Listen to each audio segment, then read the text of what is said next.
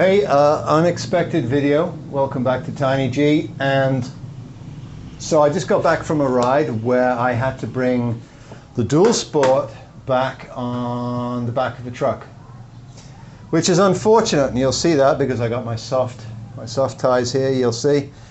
So the reason was that, well, she stopped working just halfway through the ride. I was with my buddy. I was on the BMW, my buddy was on the Dual Sport, and she just stopped working halfway through the ride. And I knew it was a carburetor issue.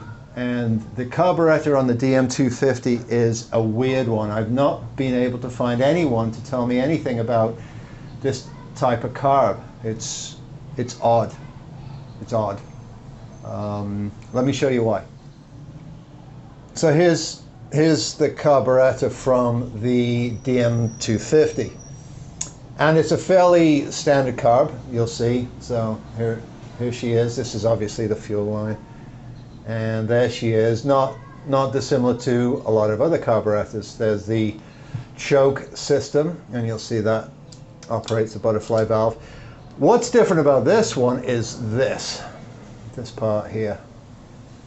And I've not seen this in any other carb. And if you know what this is, let me know, because I don't. And there is no, so this is the screw right here is the idle screw. This, I believe, is some kind of, now I could be completely off here, I believe it's some kind of barometric mixture system that does something to do with the mixture. I don't even know.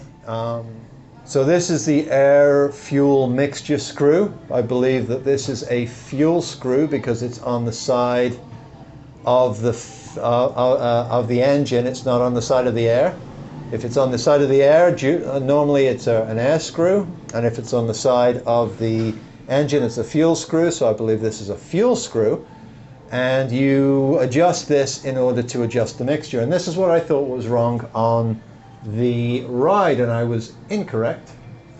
What was wrong on the ride is some muppet, who will remain nameless, took this apart and didn't put it back together as tight as they could. And I'll show you a little video which I just sent to a friend of mine to show him why we broke down. And long story short is I didn't tighten the jets enough, and over a period of time it vibrated and it backed out, and the jets fell out.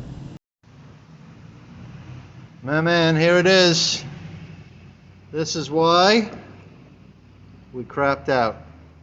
This somehow came undone. That's what it is. Just that. Screw that back in, she'll work fine. So, fantastic mechanical skills on show here at the Tiny Garage. You'll be amazed, shocked and amazed at the level of skill that's on show here. My goodness. Anyway, long story short, we got it back, we figured it out really fast, and the really annoying part about this is I was nearly there. I took the carburetor off on the side of the road because it's incredibly simple, and we'll get into this when I show you more about the bike. I'm sweating so bad here.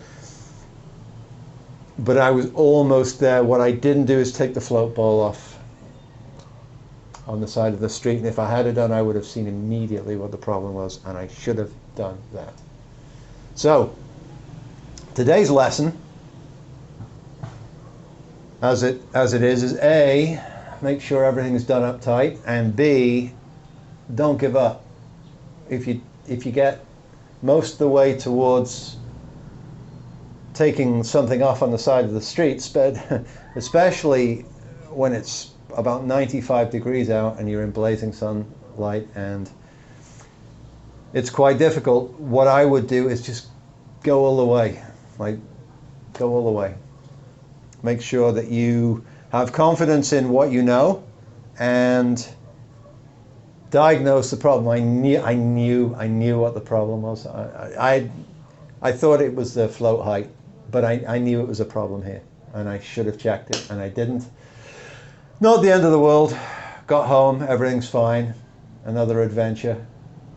But anyway, there you go. Real world stuff. See you next time.